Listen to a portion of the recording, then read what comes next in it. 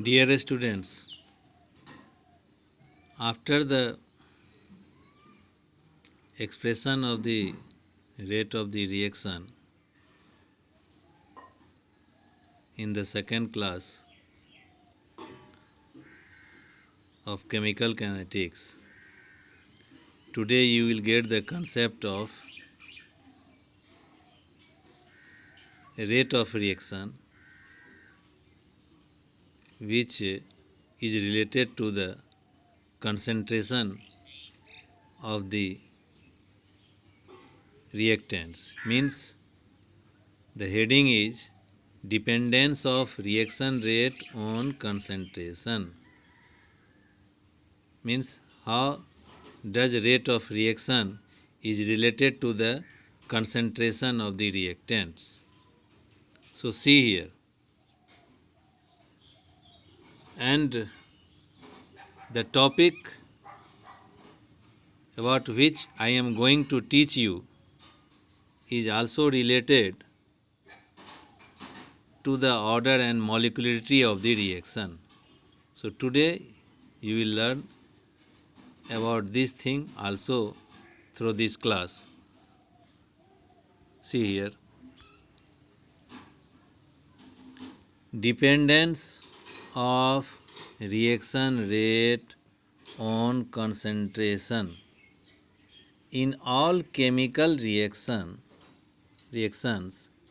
with the passage of time, the concentration of the reactants decreases while those of the products increases.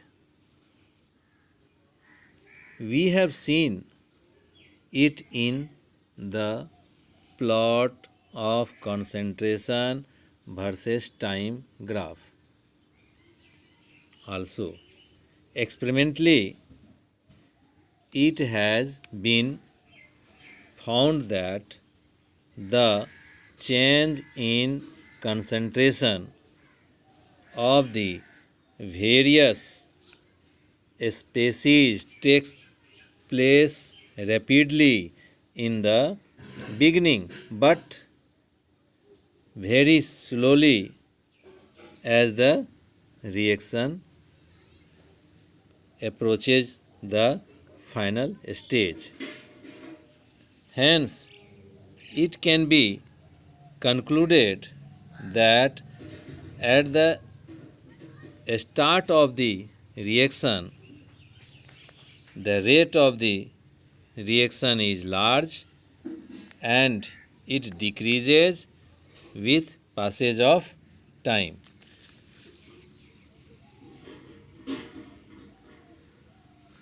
The relationship between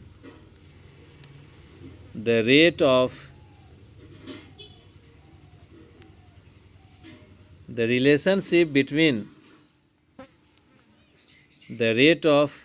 chemical reaction and the concentration of the reacting species has been given by the two Norwegian chemists in the form of law of mass action. So a relation has been given by the two chemists, that is known as the law of mass action. So what is the meaning of, what is the statement in the law of mass action? Let us see here. According to this law, at a given temperature, the rate of a chemical reaction is directly proportional to the product of the molar concentrations of the reactants raised to the power their numerical stoichiometric coefficients. Note, the molar concentration of the reactant is also called active masses. Let us consider a general reaction AA plus BB plus small c capital C arrow products. According to the law of mass action, rate of reaction is proportional to the molar concentration of A raised to the power A, molar concentration of B, its power B, and molar concentration C, its power small c, will be equal to K, molar concentration of A, power A, molar concentration of B, and its power B, and molar concentration of capital C, its power small c, where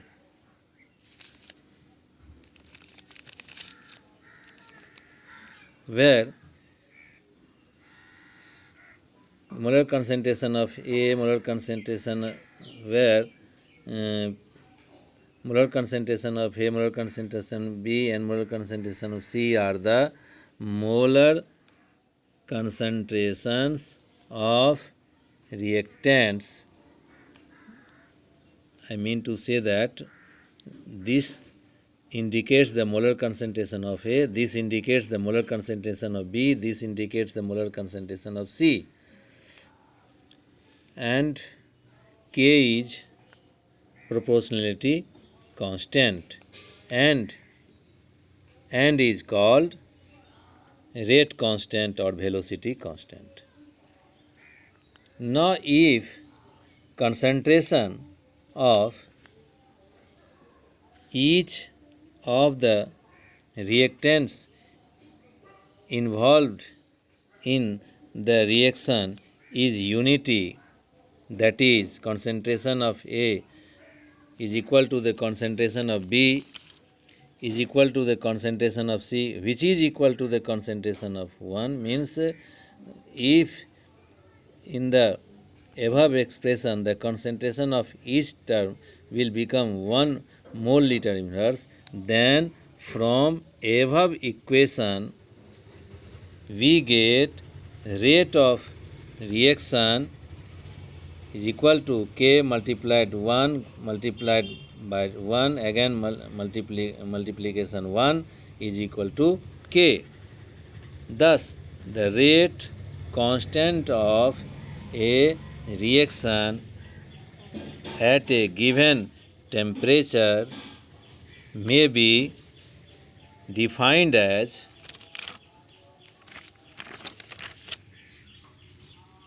the rate of the reaction when the molar concentration of each reactant is unity or 1 mole liter inverse. Characteristics of rate constant. So there are some characteristics of rate constant that is significant of rate constant. The rate of any reaction depends upon the value of the rate constant, means larger the value of K, faster is the reaction. Similarly, a smaller value of K indicates slow reaction. Second, every reaction has a definite value of K at a particular temperature. Third, for the same reaction, the value of the rate constant changes with the change in temperature. Fourth, the value of the rate constant is quite independent of the concentration of the reacting species, pressure, and also volume.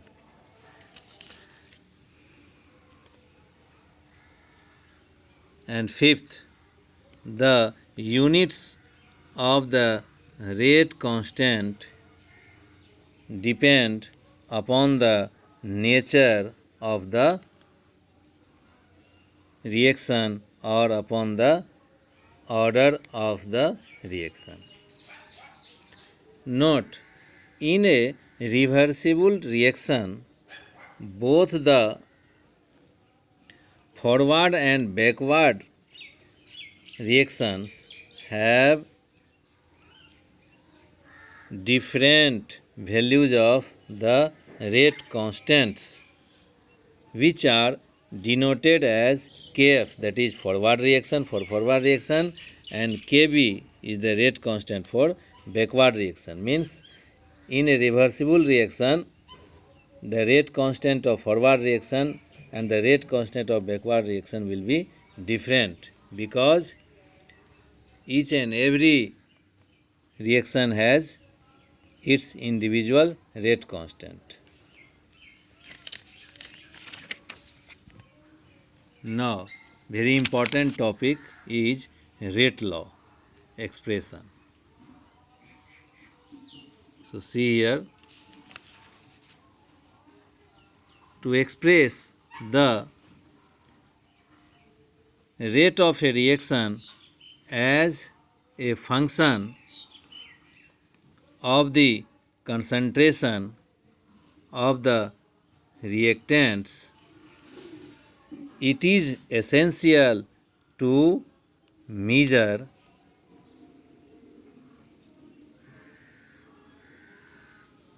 experimentally the actual dependence of the concentration of the reacting species. But in some cases, the experimentally determined reaction rate comes out to be different from the rate predicted from law of mass action. For example, in the reaction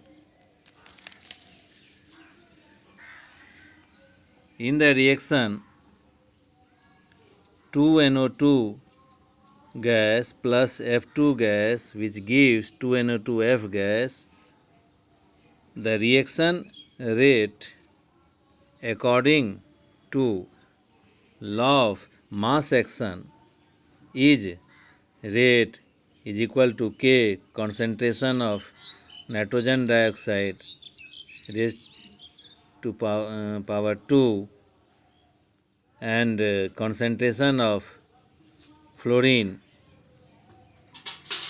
The experimentally determined reaction rate is like this: rate is equal to K concentration of NO2 and multiplied by concentration of F2.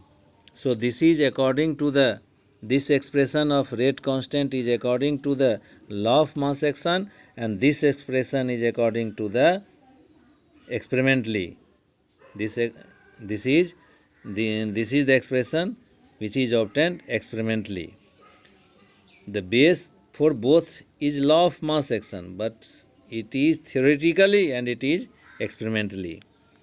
This represents the actual rate of the reaction and expression involving the molar concentration of the reacting species is known as rate law, that is rate equation. Thus, the definition of the rate law is what? See here. Thus, the expression which describes the reaction rate in terms of molar concentration of the reactants as determined experimentally is called rate law. So, rate law is the another expression, and the expression which is simply based on the theoretical statement of law of mass action is different. That is not the rate law expression. So the meaning of rate law expression is that the the rate which depends upon the actual concentration of the reactants. Now, thus rate law for any reaction cannot be predicted by merely looking at the balanced chemical equation, that is theoretically, but must be determined experimentally. Actually, the concept of rate law regards the reaction to be taking place in more than one step, and the steps proceed at different speeds. Only the reacting species involved in the slowest step represent the reaction rate according to the rate law.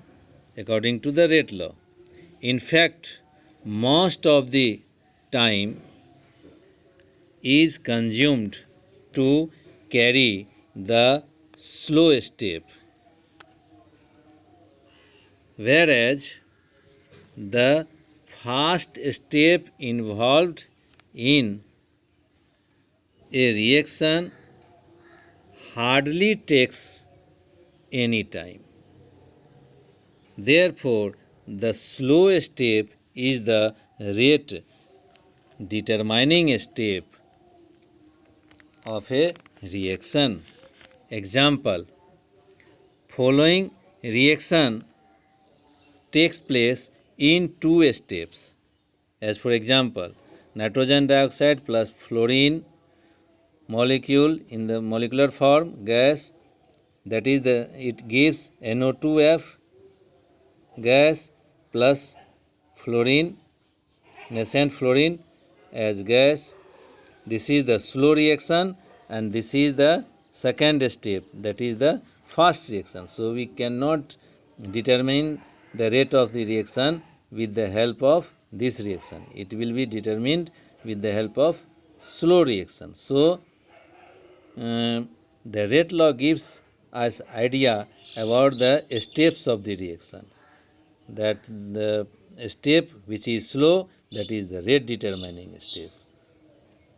How can you understand that? Suppose I am taking your class and there are so many students in your class.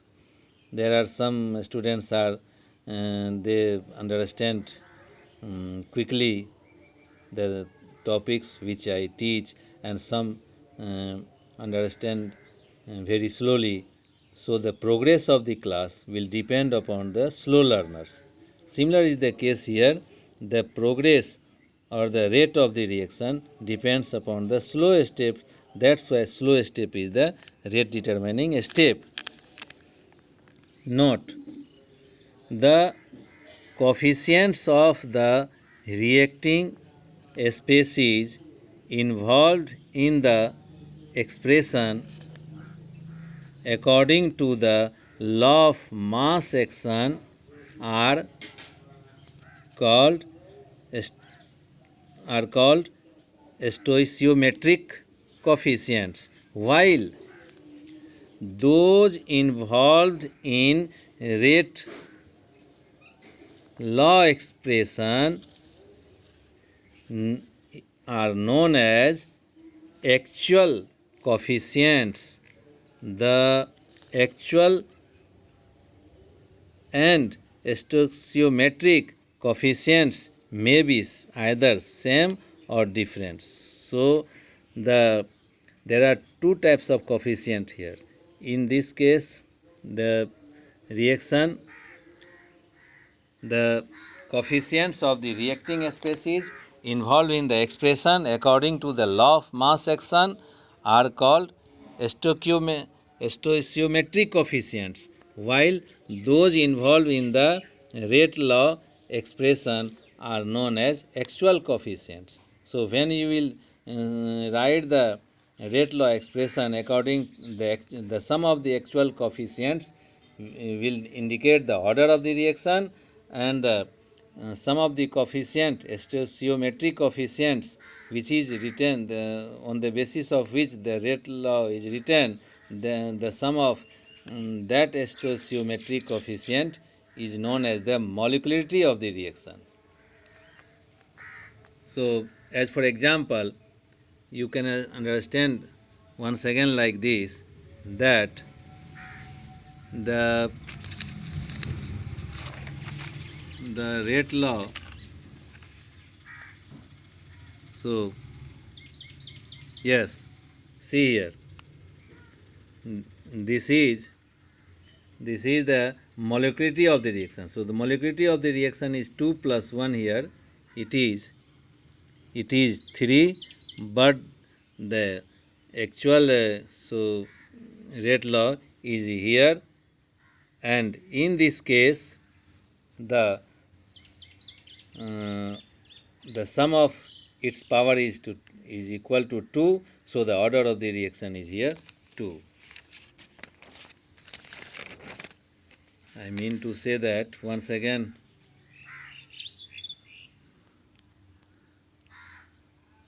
I am telling you that order and molecularity are two different things that I will teach you in the next class in detail. Today I gave you only the concept that how will you get the order, means order is different from molecularity. Today I taught you this thing only. Next day I will teach you in detail about the difference of the order and molecularity with the help of example.